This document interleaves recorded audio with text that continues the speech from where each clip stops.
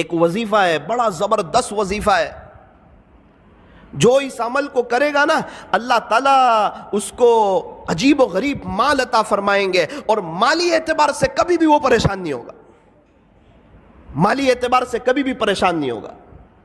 ایک بزرگ کے پاس میں بیٹھا ہوا تھا، وہ یوں کہہ رہے تھے کہ بیٹا میں نے 35 ملکوں کا سفر کیا، نہ میں نے 1 روپیہ خرچ کیا، نہ 1 روپیے کا کسی سے سوال کیا۔ میں نے کہا حضرت کیا کرتے ہو؟ بولے یہ وظیفہ کرتا ہوں۔ میں نے کہا اچھا۔ میری مدینہ منورہ میں پڑھائی چل رہی تھی، میرے شیخ نے جب میری پڑھائی ختم ہوئی تو ایک ڈائری لے کر آئے، قلم لے کر آئے، مجھے کہا بیٹا لکھ یہ وظیفہ۔ میں نے لکھ لیا، اور طے کر اس کو کبھی ناغہ نہیں کرے گا، اللہ مالی اعتبار سے کبھی بھی تجھے کسی کا محتاج نہیں کرے گا۔ میں نے لکھ لیا، حضرت نے لکھایا، میں نے لکھ لیا۔ پھر ایک بات کہی تھی کہ بیٹا یہ وظیفہ بڑا زبردست ہے، لیکن بے طلبوں کو مت بتانا، جس کے اندر طلب ہو اور جو اس کی قدردانی کرتے ہو اسی کو بتانا۔ پھر میں جب ہمارے یہاں آیا، کچھ لوگ میرے پاس آتے، مولانا ہم بڑے پریشان ہیں مالی اعتبار سے، حالات میں کوئی وظیفہ، تو الحمدللہ میں یہ وظیفہ بتا دیتا، اللہ تعالیٰ ان کو بہت نواز دیتے، عجیب و غریب نواز دیتے، اور عجیب و غریب اس پر تجربہ ہے، اور کئی اللہ والوں کو میں نے دیکھا وہ یہی وظیفہ پڑھتے ہیں۔ پھر ایک بار تو میں بڑا تعجب میں رہ گیا کہ یہ وظیفہ کسی اللہ والے کا، کسی شیخ کا بتایا ہوا نہیں ہے۔ ایک صحابی نے ہمارے نبی سے کہا تھا کہ پیارے نبی جی دنیا نے مجھے چھوڑ دیا ہے، یعنی میرے پاس کچھ ہے نہیں۔ اس وقت ہمارے نبی نے یہ وظیفہ دیا تھا اور یوں کہا تھا کہ آپ فرشتوں والی تسبیح کیوں نہیں پڑھتے، اور یہ بتایا تھا تسبیح سبحان اللہ و بحمدہ، سبحان اللہ العظیم و بحمدہ استغفر اللہ، اللہ اکبر کبیرہ، سبحان اللہ و بحمدہ سبحان اللہ العظیم و بحمدہ استغفر اللہ۔ پیارے نبی سے وظیفہ سنا، راوی فرماتے ہیں کہ پھر ایک مدت تک وہ نظر نہ آئے، جب دوبارہ نظر آئے تو انہوں نے بتایا جس کا خلاصہ یہ ہے اللہ نے مجھے اتنا نواز دیا ہے کہ میں بتا نہیں سکتا۔ یہ عجیب و غریب وظیفہ ہے۔ ایک شخص مجھے کچھ وقت پہلے نوساری میں ایک جگہ ملے، سید تھے، مجھے کہنے لگے مولانا کچھ وقت پہلے آپ ہمارے گھر آئے تھے، آپ نے ایک وظیفہ بتایا تھا، میں نے آپ کو اپنی پریشانی بتائی تھی، آپ نے ایک وظیفہ بتایا تھا، الحمدللہ 2 دن سے میں نے شروع کر دیا ہے۔ میں نے کہا یار میں نے بتایا تھا 3-4 مہینے ہو گئے، آپ نے 2 دن سے شروع کیا۔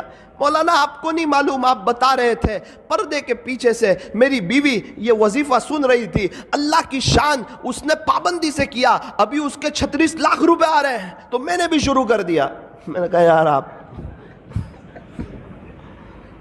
عجیب آدمی ہو۔ میں نے کہا 36 لاکھ روپے کہاں سے آ رہے ہیں؟ کہا وہ وارثے کے آ رہے ہیں۔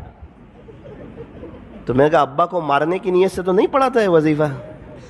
بولے نہیں، ان کے ابو کا تو بہت پہلے یہ انتقال ہو گیا تھا، لیکن مولانا زمین کا اتنا خطرناک مسئلہ تھا کہ یہ کبھی بھی حل ہونے کا نام لیتا نہیں تھا، اور ہم لوگ بھی نا امید ہو چکے تھے کہ اب یہ مسئلہ جو ہے یہ کبھی بھی حل ہو سکتا نہیں ہے، لیکن میری بیوی نے یقین سے پڑھنا شروع کیا، اللہ کی شان مسئلہ حل ہوا، اس کے 36 لاکھ روپے آ رہے، اور اللہ کا شکر ہے 2 دن سے میں نے بھی شروع کر دیا ہے۔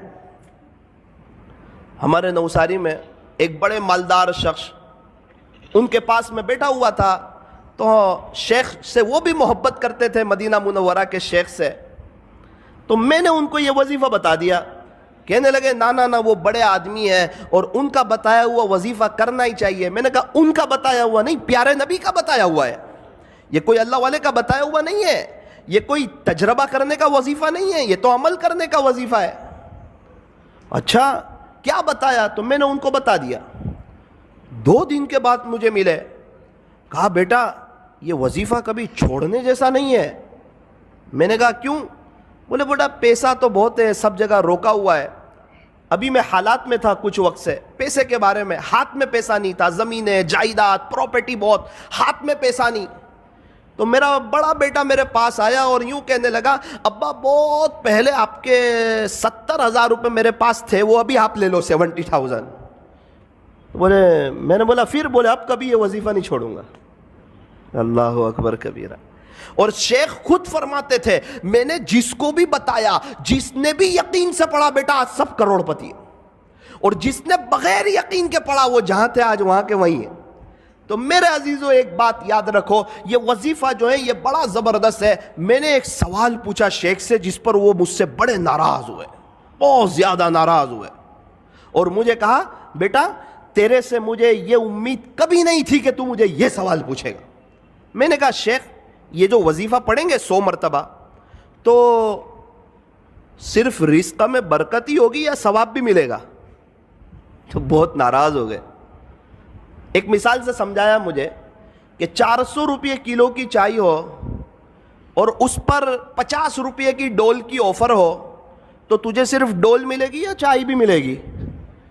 میں نے بولا وہ تو چائے ملے گی، ڈول فری میں آ رہی۔ بیٹا اسی طرح جب تو یہ اللہ کا نام لے گا، اللہ کی پاکی بیان کرے گا، اللہ کی حمد بیان کرے گا، صبح صبح اللہ سے معافی مانگے گا، اس کا ثواب تو ملے گا۔ یہ تو صرف اسکیم ہے کہ اللہ اس میں رزق میں اضافہ فرمائے۔ اللہ اکبر کبیر۔ تو آپ کو بھی یہ وظیفہ یہ عاجز بتاتا ہے، طے کرو انشاءاللہ، پابندی سے پڑھیں گے انشاءاللہ، بہت فائدہ ہوگا انشاءاللہ۔ رزق میں صرف پیسہ نہیں آتا، رزق میں بیوی بھی شامل ہے، بچے بھی شامل ہے، رزق میں بہت سی چیزیں شامل ہے۔ اللہ تعالی ہمارے رزق میں برکتیں عطا فرمائیں گے۔ سبحان اللہ و بحمدہ، سبحان اللہ العظیم و بحمدہ، استغفر اللہ۔ پھر شیخ نے کہا بیٹا لیکن اس کا ایک وقت ہے، اسی وقت پڑھ سکتے ہیں، آپ اس کے علاوہ پڑھو گے تو وہ اثر نہیں کرے گا، وہ بات نہیں بنے گی۔ میں نے بولا اچھا اس کا وقت کون سا ہے؟ مجھے کہنے لگے بیٹا فجر کی سنت اور فرض نماز کے درمیان اس کو 100 مرتبہ پڑھنا ہے۔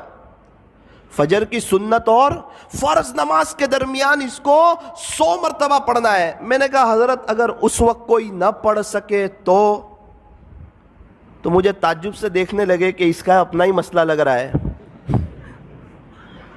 مجھے کہنے لگے بیٹا جب تک فجر کی نماز کا وقت رہتا ہے، صبح صادق کے بعد سنت پڑھ لیں، اس کے بعد سے جب تک فجر کی نماز کا وقت رہتا ہے وہاں تک یہ پڑھو گے تو یہ اپنا اثر عجیب اور غریب انداز میں کرے گا۔ پھر مجھے اپنے مکان پہ لے گئے ایک مرتبہ، بڑے بڑے لوگوں کو دعوت تھی، مجھ چھوٹے کو بھی حضرت نے گن لیا۔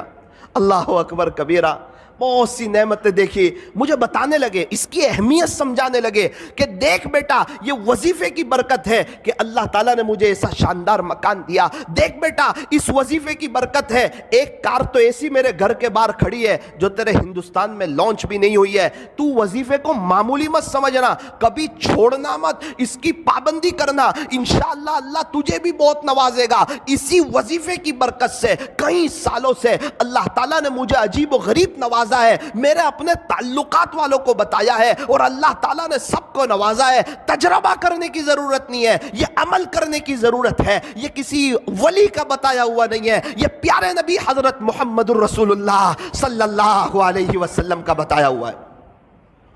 میں نے حضرت کے ساتھ دبئی کا سفر کیا، حضرت تو 5 اسٹار ہوٹل میں ان کے ساتھ ٹھہرنا ہوا، کیا شکریہ ادا کر رہے ہیں، الحمدللہ الحمدللہ الحمدللہ، کھانا کھا رہے ہیں شکریہ ادا کر رہے ہیں، شیپ میں بیٹھے ہوئے شکریہ ادا کر رہے ہیں، اللہ کی نعمتوں پر شکر شکر شکر۔ میں نے حضرت کے گھر دیکھا، الحمدللہ الحمدللہ، کھجورے کھا رہے ہیں الحمدللہ، قہوہ پی رہے ہیں الحمدللہ، اور ان کو چکن وغیرہ تو جلدی سمجھ نہیں آتی، ان کو تو مٹن وغیرہ چاہیے۔ تو خلاصہ یہ ہے جو بھی کھا رہے ہیں اس پر اللہ کا شکریہ ادا کر رہے ہیں۔ مجھے وہ بزرگ والی بات یاد آئی کہ واقعتاً اللہ نے ان کو نوازا ہے اور یہ شکر کر کے اللہ تک پہنچ رہے ہیں۔ فرمایا اللہ تعالیٰ تک پہنچنے کے دونوں راستے ہیں، بندہ شکر سے بھی پہنچ سکتا ہے، صبر سے بھی پہنچ سکتا ہے۔ یوں فرمایا ہمیشہ خوش رہنے کا آسان فارمولا، ہمیشہ خوش رہنے کا آسان فارمولا، نعمتوں پر شکر کریں، مصیبتوں پر صبر کریں، شکر کرنے والا بھی جنت